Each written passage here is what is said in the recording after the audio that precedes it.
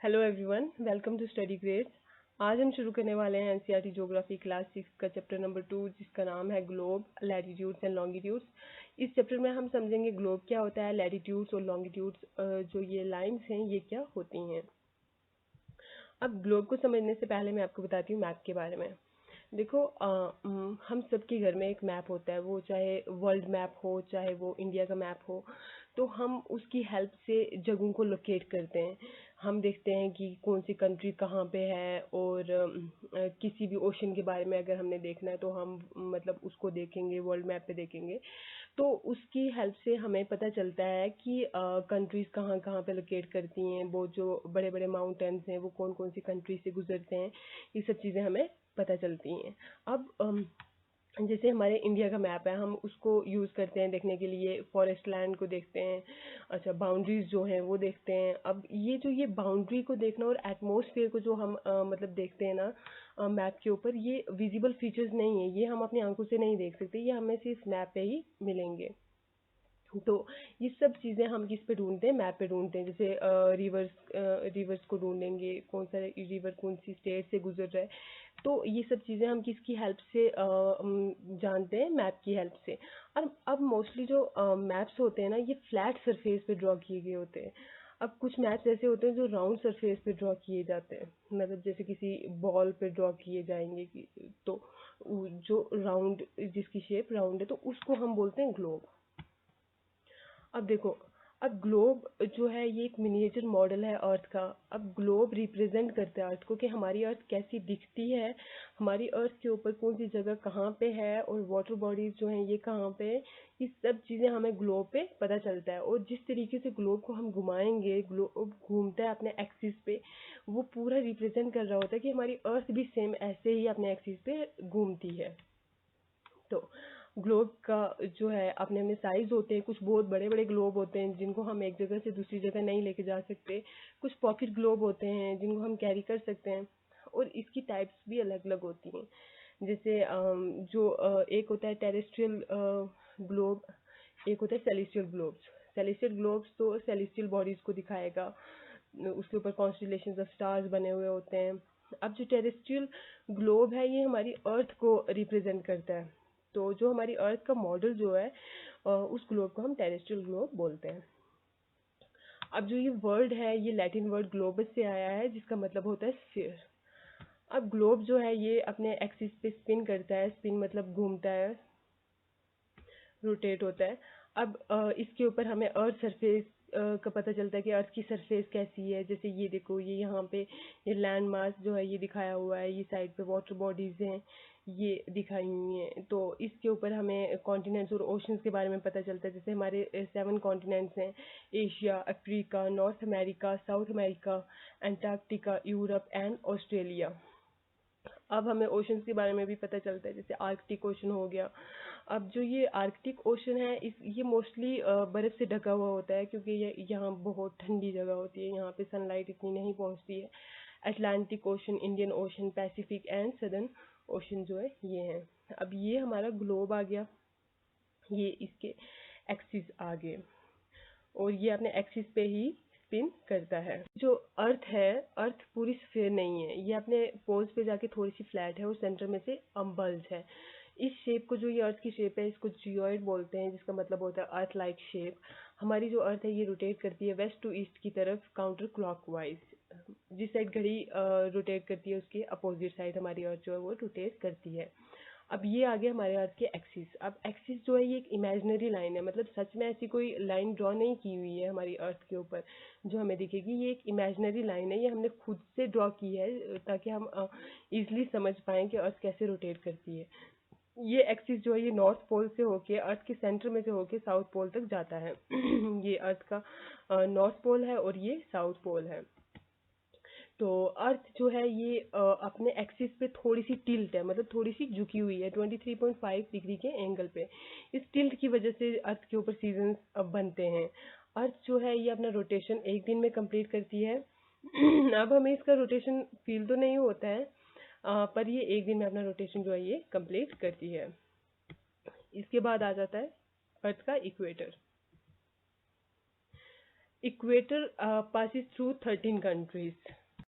Ecuador, Colombia, Brazil, Sao Tome and Principe, Gabon, Republic of the Congo, Democratic Republic of the Congo, Uganda, Kenya, ये 13 countries जो है यहाँ से ये equator पास होती है। इक्वेटर जो है ये 0 डिग्री पे है। ये लाइन ये भी एक इमेजिनरी लाइन है, ऐसी सच में कोई लाइन अर्थ के ऊपर नहीं है। और अब जिन जिन कंट्री से ये लाइन गुजर के जाती है वहाँ का टेम्परेचर बहुत हाई होता है। पूरे साल में वहाँ पे बहुत ज़्यादा गर्मी पड़ती है क्योंकि यहाँ पे सनलाइट एक्सपोजर ज़्यादा है, यहाँ पे सनलाइट ज़्यादा पहुँचती है। और यहाँ पे बारिश भी बहुत होती है जिसकी वजह से यहाँ पे फॉरेस्ट लैंड बहुत ज़्यादा है। और हमारा जो इंडिया है वहाँ से इक्वेटर की लाइन नहीं पास होती, वहाँ से सिर्फ ट्रॉपिक ऑफ कैंसर जो है वो लाइन पास होती है। अब लैटिट्यूड्स क्या होते हैं? अब ये जो लाइंस हैं, जैसे हमने इक्वेटर को समझा, अब ये लाइंस जो हैं इनको हम लैटिट्यूडनल लाइंस बोलते हैं। अब इसमें सबसे बड़ी लाइन जो है ये इक्वेटर की है। उसके बाद जैसे जैसे हम ऊपर पोल्स की तरफ जाएंगे जहाँ पे 90 डिग्री है और ये इन लाइंस को डिग्रीज में मेजर किया जाता है, तो इनका डिस्टेंस जो है उतना ही रहेगा और ये लाइंस छोटी होना शुरू हो जाएंगी। जैसे एक लैटिट्यूड से दूसरे लैटिट्यूड जो लाइन है उसका उसके बीच का डिस्टेंस जो है 111 किलोमीटर है। ये इन लाइंस की हेल्प से हम जगहों को बहुत ईजिली लोकेट कर सकते हैं। जैसे फॉर एग्जांपल हमें एक कंट्री जो है वो ढूंढनी है और वो यहाँ पे है 30 डिग्री पे है, ठीक है। फॉर एग्जांपल ए कंट्री जो है वो कहाँ पे 30 डिग्री लैटिट्यूड लाइन पे है। और इस लैटिट्यूडनल लाइंस पे और भी बहुत सारी कंट्रीज आती हैं, पर अब हमें पता कैसे चलेगा कि ये 30 डिग्री पे जो ये कंट्री ए है ये नॉर्थ साइड पे है साउथ साइड पे है। तो उसके लिए हमने नंबर जो है वो सॉरी लेटर्स जो है वो साइन किए होते हैं। जैसे जो नॉर्थ साइड है उसको हम एन से डिनोट करेंगे और जो साउथ साइड है उसको हम एस से डिनोट करेंगे। जैसे जो ए कंट्री है वो 30 डिग्री नॉर्थ लैटिट्यूड पे है एंड उसके साथ में हम लगाएंगे। अब कुछ इंपॉर्टेंट पैरेलल्स ऑफ लैटिट्यूड हैं जिनको हम बोलते हैं Arctic circles, Tropic of Cancer, equator जो हमने ऊपर पढ़ा था 0 डिग्री पे है, Tropic of Capricorn, Antarctic circle. अब ये यहाँ पे है इक्वेटर है ये 0 डिग्री पे है। ट्रॉपिक ऑफ कैंसर जो है ये 23.5 डिग्री पे है। इसी तरह ट्रॉपिक ऑफ कैप्रिकॉर्न जो है ये भी 23.5 डिग्री साउथ पे है। और आर्कटिक सर्कल जो है ये 66.5 नॉर्थ पे और ये एंटार्क्टिक सर्कल जो है ये 66.5 डिग्री साउथ पे है। अब यहाँ पे जो इक्वेटर जो है यहाँ पे इस एरिया को यहाँ से लेके कैप्रिकॉर्न और ट्रॉपिक ऑफ कैंसर तक जो एरिया है इसको हम टॉरिड जोन बोलेंगे। मतलब यहाँ पे सबसे ज़्यादा गर्मी होती है, यहाँ पे सनलाइट सबसे ज़्यादा यहीं पे पहुँचती है, ऊपर जाके थोड़ी कम हो जाती है क्योंकि ये एरिया सन के बिल्कुल सामने होता है, इसलिए इसको हम टॉरिड जोन बोलेंगे जिसका मतलब होता है हीट जोन। और उसके ऊपर आता है ट्रॉपिक ऑफ कैंसर से आर्कटिक सर्कल तक और ट्रॉपिक ऑफ कैप्रिकॉर्न से अंटार्कटिक सर्कल तक टेम्परेट जोन। यहाँ का टेम्परेचर जो है ये नॉर्मल होता है, बहुत ज़्यादा यहाँ पे गर्मी नहीं होती है। फिर फ्रिजिड जोन जो है अंटार्कटिक सर्कल से ऊपर और आर्कटिक सर्कल से ऊपर होता है, यहाँ पे ठंड होती है, बर्फ़ होती है यहाँ पे। और ये एरिया बर्फ़ से ढका होता है क्योंकि सनलाइट यहाँ पे ज़्यादा नहीं पहुँचती है। जैसे ये देखो ये सन है, ये डायरेक्टली जो इसकी लाइट जो है ये ट्रॉपिक ऑफ सॉरी ये ट्रॉपिक ऑफ कैंसर और ट्रॉपिक ऑफ कैप्रिकॉर्न के बीच का जो एरिया है वहाँ पे पहुँच रही है। अब इसके बाद आता है लॉन्गिट्यूडनल लाइंस जो हैं, ये क्या होती हैं लॉन्गिट्यूड्स किसको हम बोलते हैं। अब इन लाइंस को हम लॉन्गिट्यूडनल लाइंस बोलते हैं, इनको हम मेरिडियंस भी बोलते हैं। अब ये लाइंस जो हैं ये नॉर्थ से साउथ की तरफ जाती हैं, ये हमारी अर्थ को डिवाइड करती हैं ईस्टर्न हेमिस्फेयर में और वेस्टर्न हेमिस्फेयर में। और इन लाइंस का जो डिस्टेंस है ये इक्वेटर पे आके बहुत ज़्यादा हो जाता है और जैसे जैसे हम पोल्स की तरफ जाते हैं वहाँ पे इसका डिस्टेंस जो है ये कम हो जाता है। इन लाइंस के डिस्टेंस को हम मेजर करते हैं डिग्रीज में और फिर डिग्रीज को डिवाइड किया जाता है मिनट्स में और फिर मिनट्स को डिवाइड किया जाता है सेकंड्स में। मतलब बेसिकली जो हमारा टाइम चल रहा है वो इन लाइंस की वजह से हमें मालूम पड़ता है हमारा टाइम क्या है। और ये जो ये लाइन है इसको हम 0 डिग्री बोलते हैं। अब हमारी अर्थ रोटेट करती है 360 डिग्री पे। और अब हमने इस लाइन को 0 डिग्री इसलिए दिया क्योंकि इंग्लैंड में उस टाइम पे मैप मेकिंग बहुत ज़्यादा होती थी और इंग्लैंड डोमिनेंट था मैप मेकिंग में। तो वहाँ पे ग्रीनविच जो जगह है वहाँ पे ब्रिटिश रॉयल ऑब्जर्वेटरी थी, तो फिर सबने डिसाइड किया कि हम इसी को 0 डिग्री जो है ये कंसीडर करेंगे। इसको हम ग्रीनविच मेरिडियन भी बोलते हैं। और जीएमटी बोलते हैं, और जिसका मतलब होता है ग्रीनविच मीन टाइम। और अब हम इसको 1972 से पहले इसको जीएमटी बोला जाता था, और अब हम इसको यूटीसी बोलते हैं, मतलब यूनिवर्सल कोऑर्डिनेटेड टाइम, या यूनिवर्सल टाइम कोऑर्डिनेटेड, या कोऑर्डिनेटेड यूनिवर्सल टाइम हम इसको बोलेंगे। अब जो ये मेरिडियंस हैं ये पूरे सर्कल्स नहीं है, ये सेमी सर्कल्स हैं, मतलब हाफ सर्कल्स हैं। और इसके बाद आता है टाइम जोन्स। हमारी जो अर्थ है ये एक रोटेशन कंप्लीट करती है 24 घंटे में, और ये 360 डिग्री पे घूमती है। अब जो हमारे टाइम जोन्स हैं ये 24 डिफरेंट टाइम जोन्स हैं। अब ये टाइम जो है हमारा ये शुरू ही यहाँ से होता है, 0 से होता है। मतलब देखो, जैसे अगर हमारी अर्थ जो है ना 360 डिग्री पे घूमती है, कितने 24 घंटे में 360 को अगर हम डिवाइड करेंगे 24 से तो आ जाएगा 15 डिग्री। मतलब जो 15 डिग्री जो रोटेशन कंप्लीट करती है वो 1 घंटे में करती है। हमारी अर्थ जो है 15 डिग्री तक जब पहुंचती है तो 1 घंटे में पहुंचती है। 30 डिग्री पे 2 घंटे में ये रोटेशन कंप्लीट करती है। तो 1 डिग्री पे रोटेट होती है 4 मिनट में हमारी अर्थ। तो इस तरीके से हमारा जो टाइम है ये डिवाइड किया गया है। अब अगर हम ये जो ये ग्रीनविच जीएमटी टाइम है, ग्रीनविच मीन टाइम जो है ये, इसके अगर हम ईस्ट साइड जाएंगे, यहाँ पे जाएंगे तो टाइम बढ़ रहा है, मतलब प्लस हो रहा है, और इसके इस साइड जाएंगे तो टाइम माइनस हो रहा है।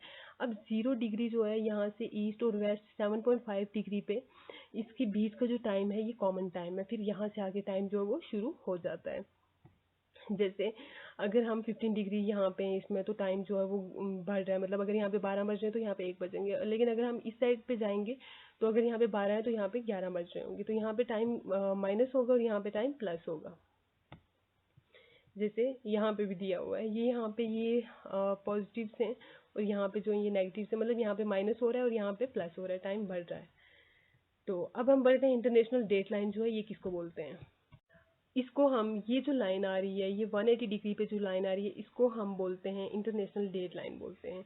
इसको हम लाइन ऑफ डिमार्केशन भी बोलते हैं। अब ये लाइन जो है ये पूरी स्ट्रेट नहीं है, ये थोड़ी सी जिग जैग है। ये जिग जैग इसलिए है ताकि कंट्रीज के अंदर डिस्प्यूट ना हो। फॉर एग्जांपल अगर ये यहाँ से ऐसे नहीं होती, अगर यहाँ पे एक कंट्री है, ठीक है, अगर ये लाइन पूरी स्ट्रेट आ रही होती तो उस ये कंट्री को डिवाइड कर देती 2 पार्ट्स में, तो फिर उस कंट्री की 2 डेट्स हो जाती, टाइम भी अलग अलग हो जाता, तो उनका जो है वो फिर उनको उस कंट्री में बहुत प्रॉब्लम आ जाती। इसलिए इसको क्या किया है, थोड़ा सा जिग जैग में बनाया है ताकि कंट्रीज में कोई डिस्प्यूट ना हो इसको डेट को लेके, टाइम को।